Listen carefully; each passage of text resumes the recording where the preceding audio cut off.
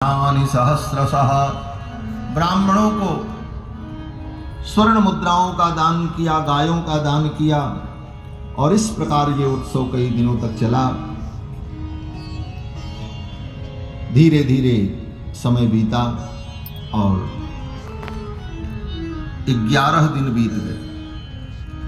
11 दिन जब बीत गए तो 12वें दिन चारों भाइयों का नामकरण संस्कार हुआ।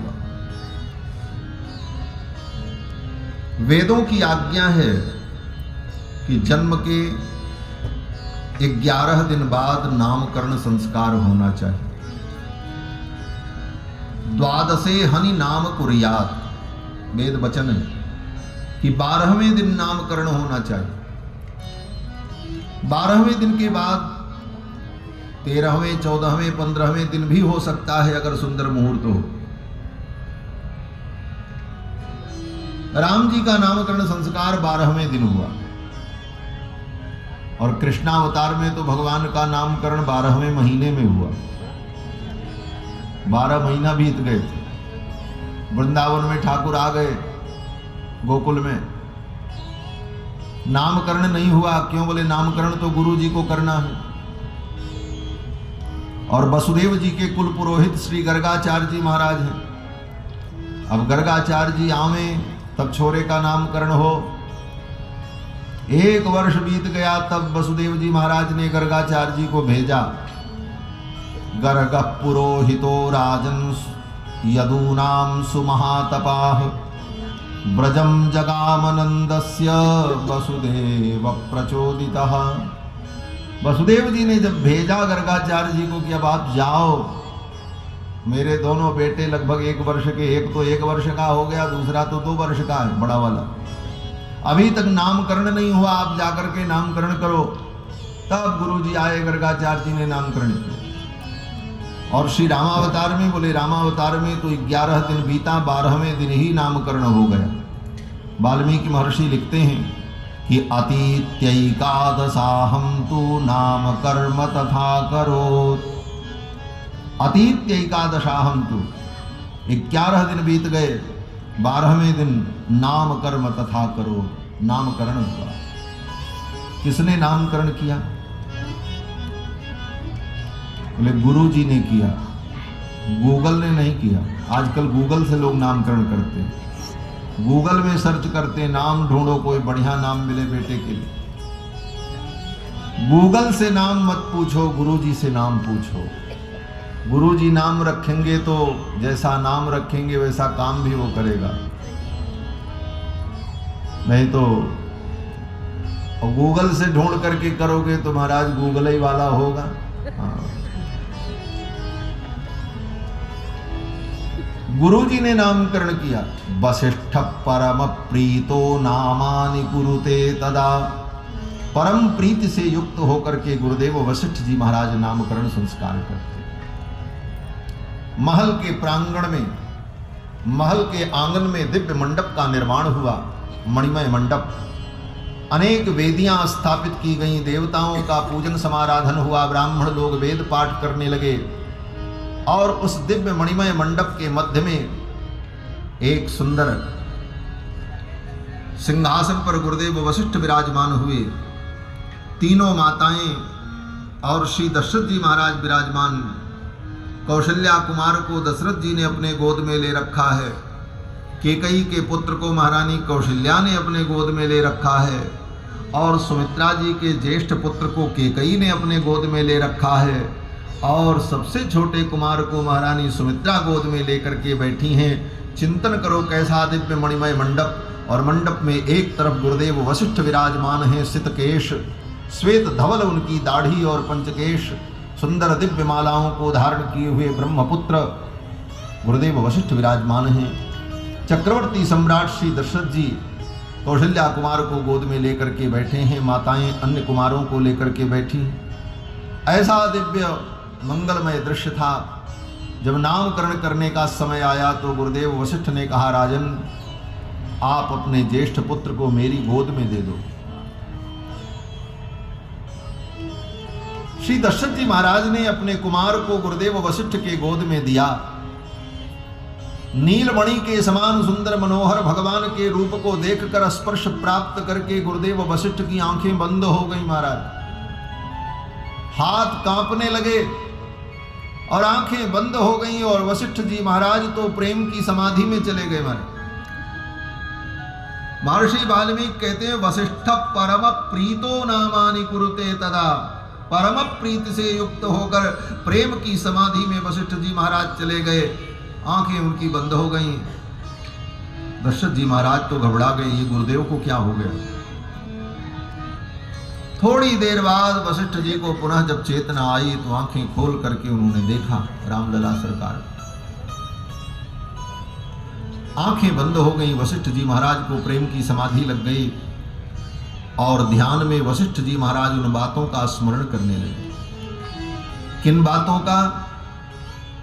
बोले ब्रह्मा जी ने जो बात वशिष्ठ जी से कही थी लाखों वर्ष पहले, उन बातों का स्मरण हो गया वशिष्ठ जी।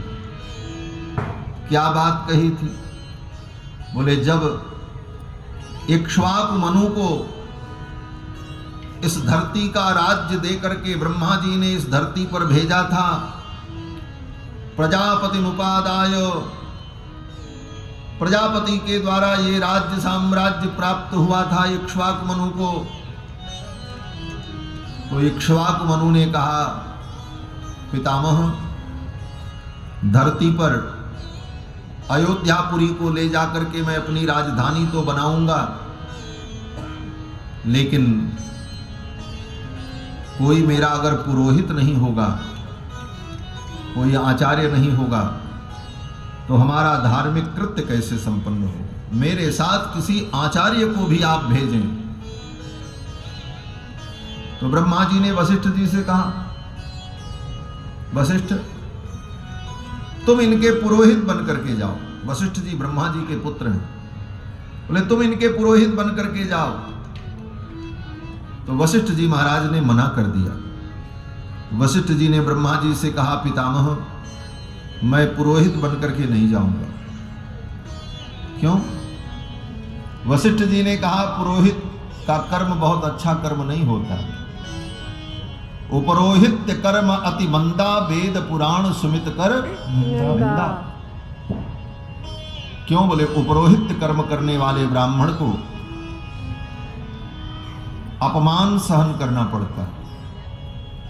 यजमान अगर अभिमानी हो तो वो पुरोहित का अपमान भी कर देता है।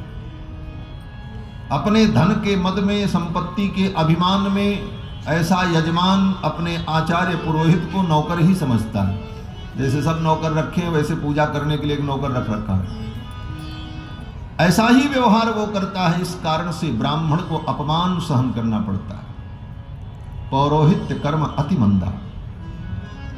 और इतना ही नहीं, पौरोहित्य कर्म करने वाले ब्राह्मण को अपने कल्याण के लिए, अपने उद्धार के लिए कर्म करने का अवसर ही नहीं मिलता है। क्यों? बोले वो दूसरों के लिए करता फिरता है। आज उनका जप, आज उनकी पूजा, आज उनका अनुष्ठान जजमाने के कल्याण के लिए करता है। अपने कल्याण के लिए कुछ करने का उसे अवसर नहीं मिल पाता। और तीसरी समस्या, यजमान के द्वारा दिए गए धन संपत्ति, दान की वस्तुएं, उन वस्तुओं के रूप में यजमान के ही पाप को और दोष को वो ग्रहण करता है। लोग सोचते हैं हम ब्राह्मण को दान करते हैं तो हम बड़ा एहसान करते हैं। एहसान नहीं होता। एहसान तो ये मानो कि उस दान के रूप में, तुम्हारी दी गई वस्तु के रूप में तुम्हारा पाप उस ब्राह्मण के पास चला जाता है। तुम तो पाप मुक्त हो जाते हो, लेकिन ब्राह्मण उस पाप से बोझिल हो जाता है। दान दे करके व्यक्ति पाप से मुक्त हो जाता है और ब्राह्मण उस पाप को लेकर के जाता है। फिर अपनी साधना और भजन और उपासना के द्वारा, अपनी तपस्या के द्वारा उस पाप को पचाता है। और अगर ब्राह्मण तपस्या न करे, साधना न करे, जप न करे, संध्या वंदन गायत्री का अनुष्ठान न करे, नियम से न रहे, तो वह जजमान का दिया हुआ दान पाप उस ब्राह्मण का सर्वनाश कर देता है। पुरोहित का नाश हो जाता है। इसीलिए जो ब्राह्मण दान तो लेते हैं लेकिन सत्कर्म नहीं करते, ऐसे ब्राह्मणों की पीढ़ियां बर्बाद हो जाती हैं, उनकी संतति भी नष्ट हो जाती है। इसलिए ब्राह्मण जो लेता है वो जन्मात का पाप ही ग्रहण करता है, और अगर सावधान न रहे तो वो दान पुण्य उस ब्राह्मण के कुल को, उसकी परंपरा को विच्छिन्न कर देता है। इस कारण से जो परम सात्विक ब्राह्मण है वो दानादि प्रतिग्रह नहीं लेते, वो तो विपन्न रहे, अयाचक बन करके रहते हैं, लेकिन वो प्रतिग्रह दानादि कर्म से बहुत दूर रहते हैं, क्योंकि वो परम सात्विक होकर आत्मकल्याण के चिंतन में निमग्न, उनके उस चिंतन में, साधना में वो दान प्रतिग्रह बाधक बनने लगता है, इसलिए इन चीजों से वो दूर रहते हैं। गुरुदेव वशिष्ठ ने कहा, पितामह ये पौरोहित्य कर्म मैं नहीं करूंगा, पौरोहित्य कर्म करने से अगर हमारी बुद्धि दूषित हो गई तो बुद्धि दूषित होने पर परमात्मा का चिंतन नहीं होगा, परमात्मा का चिंतन भजन नहीं हुआ तो परमात्मा दर्शन नहीं होगा, परमात्मा दर्शन नहीं हुआ तो ये जीवन कल्याण में नहीं बन पाएगा, इसलिए मैं ये पौरोहित्य कर्म नहीं करूंगा। ब्रह्मा जी ने कहा, बेटा अगर पौरोहित्य कर्म करते करते ही तुमको भगवान का दर्शन हो जाए तो? वशिष्ठ जी ने कहा, ऐसा कैसे होगा? ब्रह्मा जी ने कहा, हाँ होगा।